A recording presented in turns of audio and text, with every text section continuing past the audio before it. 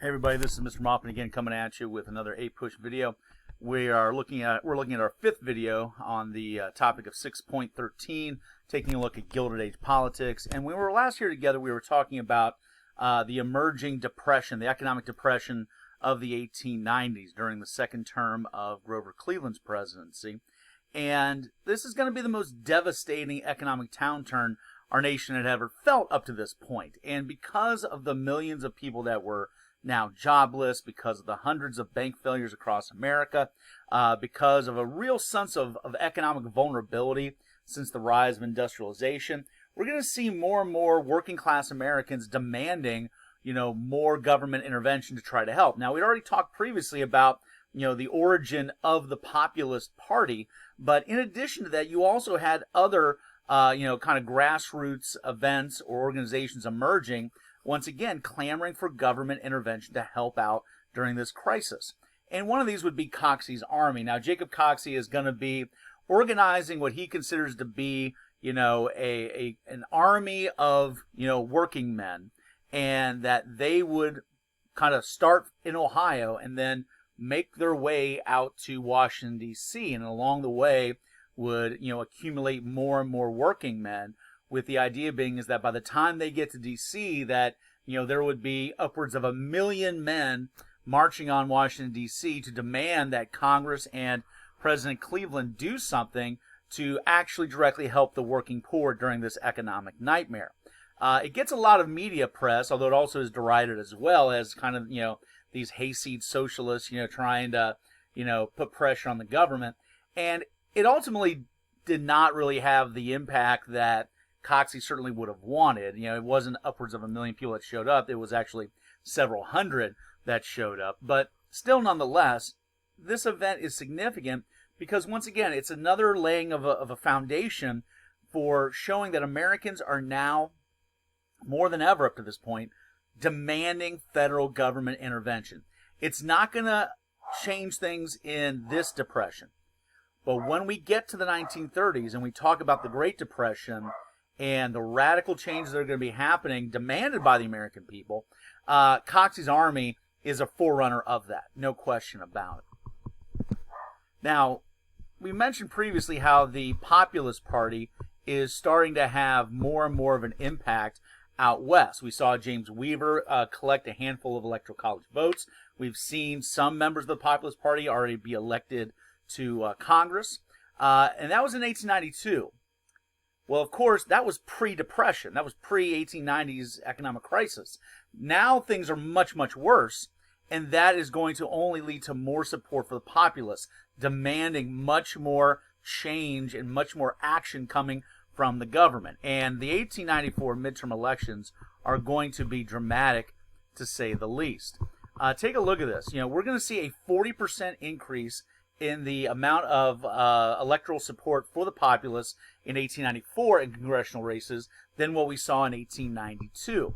And the impact of the populists is that it will have a devastating effect on Democratic Party candidates, especially out west. Remember, Cleveland's a Democrat. You're talking about folks that had historically been Democrats, particularly out in the South and to some degree out to the west. And the idea being is that, well, the Republicans are the party of the business owner, and the Democrats supposed to be the party of the common man, but it doesn't seem to really be that anymore. And the Populist Party has emerged as seemingly the true common man's party. And so the Democrats are just going to get annihilated in many of these congressional races, so much so that the Democrats will lose control of the House for a time, which did not happen very often back then, giving control over to the Republicans. What this means is that the populists have arrived. They are a legitimate, viable political party. They're a third party. They've not won any presidential elections. They are not a majority party yet at all, but they are a real party. They are a legitimate competitive party, and most importantly, for the Democrats, a real threat to their existence. Between 1894 and 1896, the Democrats are really going to be going through an existential crisis. The idea being is that they realize that they are losing a tremendous amount of support amongst rural voters, and if they don't make changes, they may end up on the the ash heap of history. So the 1894 midterms are going to be very important in the history of the Democratic Party moving forward.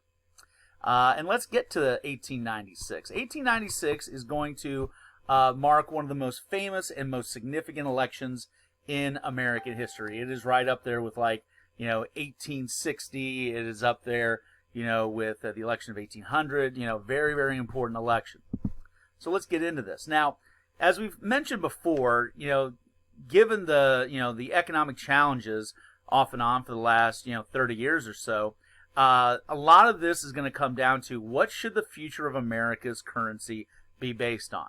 Should it be based on gold holding its value, certainly helpful to bankers and creditors, or should it be bimetal? Should it be including silver, and in doing so creating a devalued currency, inflation, and thereby helping debtors, helping farmers, for example, to be able to pay off debts?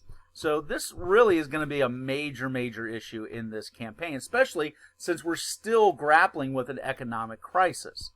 So let's get into the candidates here. First off, Grover Cleveland is not going to be running again. He is not very popular by 1896. He sees where the Democratic Party is going in terms of becoming more economically liberal. So Cleveland is not going to be running for a third term. We had also seen him, have a cancer scare as well, so that perhaps may have played a role also. But anyhow, so in 1896, the Democrats really do go in a bold new direction. Remember, the Democratic Party had been the party of the South and of northern urban areas, conservative economically, big on states' rights. Now they've gone in a very new, bold direction with the liberal, young, whippersnapper from Nebraska by the name of William Jennings Bryan. He's only 36 years of age. He's the youngest ever major party nominee for president. He is going to really redefine the Democratic Party in terms of changing its values. You are starting to see with the Bryan candidacy that the Democrats are starting to absorb a decent amount of what the populists are standing for, and it's embodied in William Jennings Bryan. Now, William Jennings Bryan was, almost a force of nature unto himself. He was known for his passionate oratory, his dramatic speaking style. I think in another life, William Jennings Bryan could have been a Great Awakening era preacher or something along those lines. And he seemingly, had, almost just limitless amounts of energy. He would be willing to go do a 2-3 hour speech at a drop of a hat and then go on to another city and do another one. This guy embodied youthful energy. He was like a Nebraska tornado, and very, very charismatic. People really flocked to him. And once again, he seemed to be the real deal. He's from the plains. He understands the plight of farmers. He is speaking to protecting these vulnerable people in a way that farmers had never felt like they had a champion before. And William Jennings Bryan seems like that guy. And of course, the most famous speech associated with William Jennings Bryan will take place at the 1896 National Convention, known as the Cross of Gold speech. And what this does is basically, symbolize, what the new democratic, populist-inspired party is going to be all about. And the ending of this speech is very famous. He says, "You shall not press down upon the brow of labor this crown of thorns. You shall not crucify mankind upon a cross of gold." In other words, he is speaking, almost about the biblical proportions of the significance of what is at stake in this election. It is really, in many respects, according to Bryan and others, that this is the fate of the working man. Will the working man become a peasant? Will the working man become a serf to, industrialists moving forward? will, you know, the reliance on gold crush the dreams of the working class and make them, in essence, indebted servants to the wealthy class, to the banks? That's the significance of this. And, you know, Bryan is basically saying that he will not let this happen, that we are not going to see, you know, the rich prevail over the poor, you know, the wealthy minority over, you know, the working class masses. So, you know, there's certainly a sense of drama associated with the Bryan campaign. Once again, when we're talking about the currency issue, you know, once again, Democrats, populists, you know, Bryan are going to be clamoring for 16-to-1 ratios for gold or silver to gold, rather. Once again, the idea of bimetallism. And the way that we look at William Jennings Bryan's campaign, in many respects, reflects what is going to be the future of campaigning. Bryan, in part due to his youth and unbelievable stamina and endurance, is going to go on a whistle-stop tour of the country. 18,000 miles he will travel in this campaign, going from big cities to small towns, north to south, east to west, bringing his oratory, bringing his populist-inspired message of helping the working class, you know, defying the gold standard. It really is amazing. And today, you know, we see that with modern candidates. I mean, if you are a modern candidate like Donald Trump or Joe Biden or Hillary Clinton or whoever, you have to be doing this kind of marathon campaigning all the time, every day, new cities, new towns, to connect directly with the voters. Bryan's going to be able to do that. We hadn't really seen any kind of presidential candidate do that in the past. They usually were reserved. They didn't really go down the campaign trail. They didn't particularly stump for themselves. Bryan, in many respects, is the first modern candidate for president.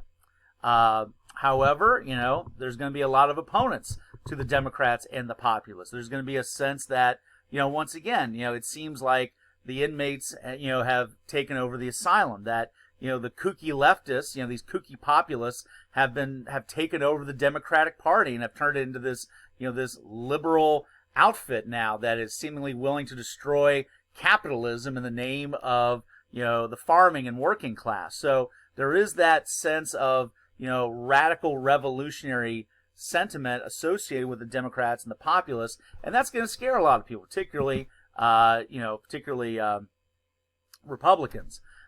So, you know, just kind of keep that in mind. You know, it's going to be, to some degree, old school Democrat values, like keeping the tariff lower, but also inspired by the populists. The idea of, you know, having a federal income tax, government regulation over big business, coinage of silver, all that kind of stuff.